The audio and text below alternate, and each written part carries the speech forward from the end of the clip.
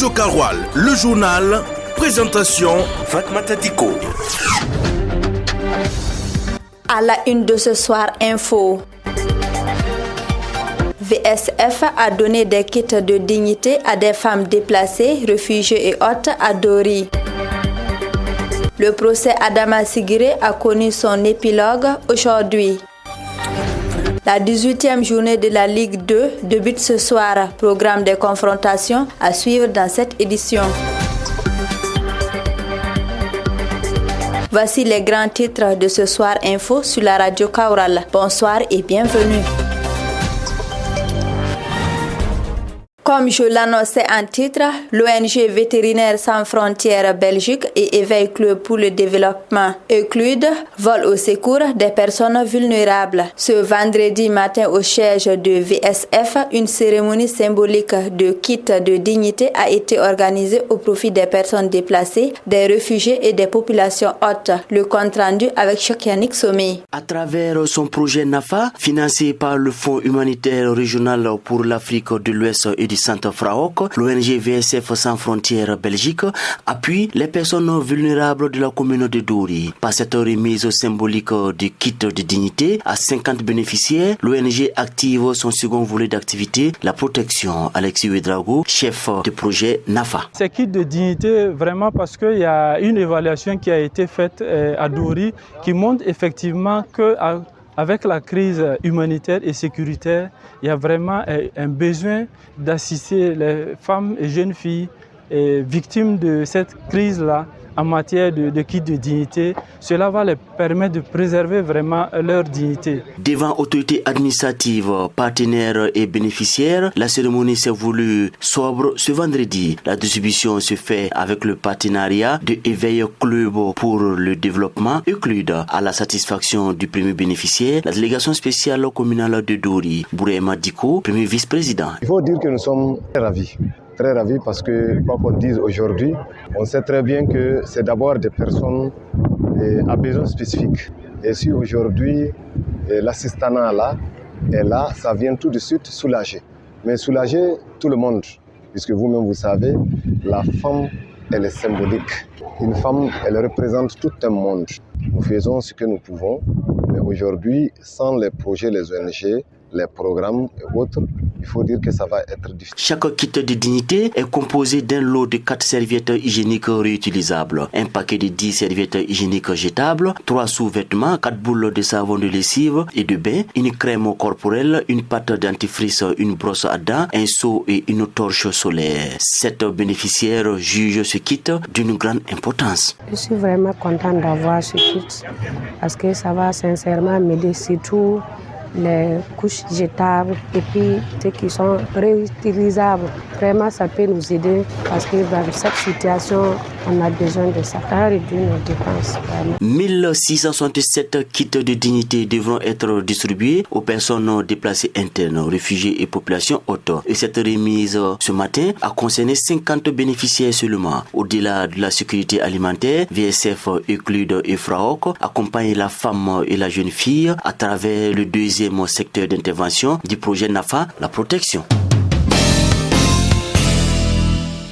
L'affaire Sigiré Adama contre la Fédération générale du travail du Burkina, CGTB, a connu son épilogue ce vendredi 11 avril 2025. Les poursuites engagées contre lui sont désormais abandonnées. L'essentiel de cette information avec Mamoudou Diallo. Tout commence avec une série de publications où Adama Sigiré accuse la Confédération générale du travail du Burkina, CGTB, ainsi que son secrétaire général Moussa Diallo d'avoir été financé par l'impérialisme dans l'intention d'empêcher la bonne marche de la transition en cours. Ces accusations avaient indigné la centrale syndicale qui a estimé qu'elle avait été gravement diffamée. La CGTB décide de saisir la justice. Le 6 mai 2024, le tribunal de grande instance Ouaga avait reconnu Adama Sigiré coupable. Il écope d'une peine de 12 mois de prison et une amende de 500 000 francs assortie de sursis. Mais l'écrivain refuse de s'incliner. Après des mois de tension et de débats, la Cour d'appel de Ouagadougou a rendu son verdict. La Cour d'appel de Ouagadougou, statuant sur le recours d'Adama Sigiré, constate que le délai légal de 3 mois pour engager des poursuites dans ce contexte précis est dépassé. Elle prononce par conséquent l'extinction de l'action publique, signifiant que l'affaire est classée sans suite sur le plan judiciaire.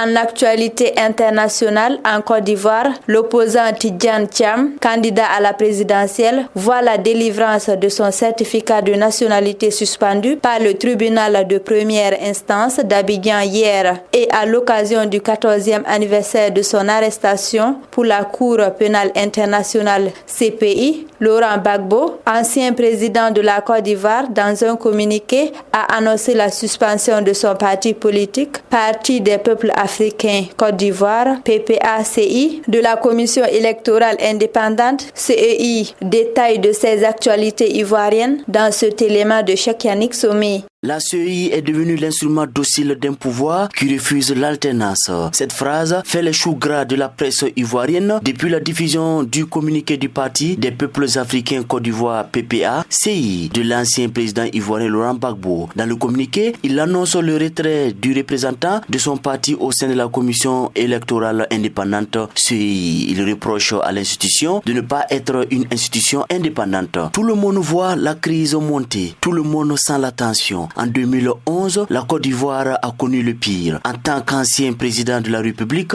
j'ai un devoir. Le devoir de dire non à la forfaiture. Le devoir de tirer la sonnette d'alarme. Nous ne voulons plus d'un autre 11 avril. Peut-on lire dans le communiqué du PPACI signé par Laurent Gbagbo qui invite le président Alassane Dramane Ouattara à l'ouverture d'un dialogue politique sincère entre les principaux partis de l'opposition, la société civile et le pouvoir pour remettre la Côte d'Ivoire sur le chemin des élections crédibles, inclusive et apaisée. Mais en attendant d'être entendu, une ordonnance signée par le juge Aminata Touré, présidente du tribunal de première instance d'Abidjan Plateau, suspend la délivrance d'un certificat de nationalité à Tidjane Thiam, candidat aux élections présidentielles ivoiriennes. Selon le tribunal, il est constant que la nationalité ivoirienne de M. Tidjane Thiam est contestée devant le tribunal par une action tendant à faire constater la perte de sa nationalité. Il y a lieu donc en l'état de surseoir à la délivrance du dit acte jusqu'à ce que le tribunal saisi la contestation vide sa saisine, a soutenu le juge Aminata Touré. Rappelons que sur la liste provisoire publiée par la commission électorale indépendante ne figure pas Laurent Gbagbo, Guillaume Soro, Blé Goudé. En attendant le 25 octobre 2025 pour le scrutin, le feuilleton se poursuit en terre ivoirienne. Foot,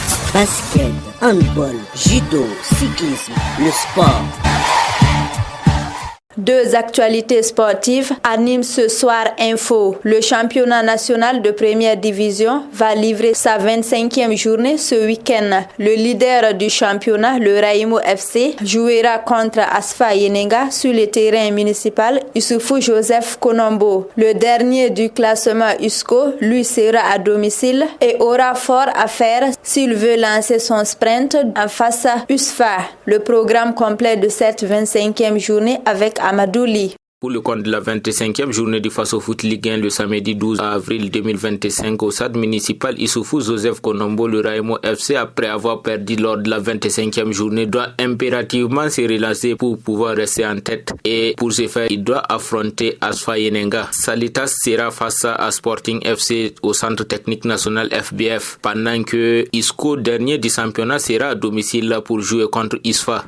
RCB sera face à Real du Faso dans la cité de Sia au stade Wobi. Et ASEC de Koudougou à domicile à Koudougou sera face au RCK au stade municipal. Au programme le dimanche 13 avril 2025, deux matchs. Dans la ville de Sia, Vitesse FC sera face à l'AS Douane de Kamboumalou au stade Wobi. Et EFO joue contre Majestic SC au stade municipal Issoufou Joseph Konombo. Toutes ces rencontres sont prévues à 16h. Pour ce vendredi, depuis le cap de 16h00, AS Sonabel, deuxième du classement, joue contre ASFB au stade municipal Issoufou Joseph Konombo.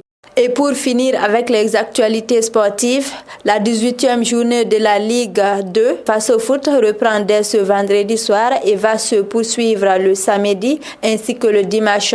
Parmi les rencontres, on peut noter les oppositions dans la poule A, AS Police Salitas et Sahel FC, Léopard Saint-Camille. Dans la poule B, des oppositions entre AGEB et Stab ou BPS et UZI sont à voir. Le programme complet de cette 18e journée avec Amadouli. Dans le cadre de la 18e journée du Faso Foot League D, le samedi 12 avril 2025, Association sportive de Kouritenga sera face à FAC au stade municipal de Koupela, pendant que AS Police sera face à ISO sur le terrain de Salitas. Léopard 5 Kamizou contre les Bergers sahéliens, le Sahel FC sur le terrain du RCK. Sporting sera face à Fada Academy au terrain de Koubri. Canon de ce dernier de la poule A sera face à Kozaf sur le terrain de EFO. Et Association sportive de Ouagadougou Zoura, le leader de la poule A, au stade Nava Bongo. Dans la poule B, Azeb sera face à Staba le samedi 12 avril 2025 sur le terrain de Bama 1. Pendant que ZCB sera face à AFA sur le terrain de Bama 2. BPS, deuxième au classement, sera face à ici sur le terrain Balibi. Téman Bokin sera face au Real FC, leader de la poule B, sur le terrain de Téman. Le dimanche 13 avril 2025, AES Eco sera face à Kiko FC sur le terrain municipal de Waiguia. Bobo Sport joue en ce moment AES Maya du côté de Sadouobi. Radio Karoual, le journal, présentation Fatmata Diko. Chers auditeurs, c'est ici que prend fin ce soir Info sur la 104.6. À la manipulation technique, nous avons Alexis Palé. Bonne suite de programme et excellent début de week-end à tous.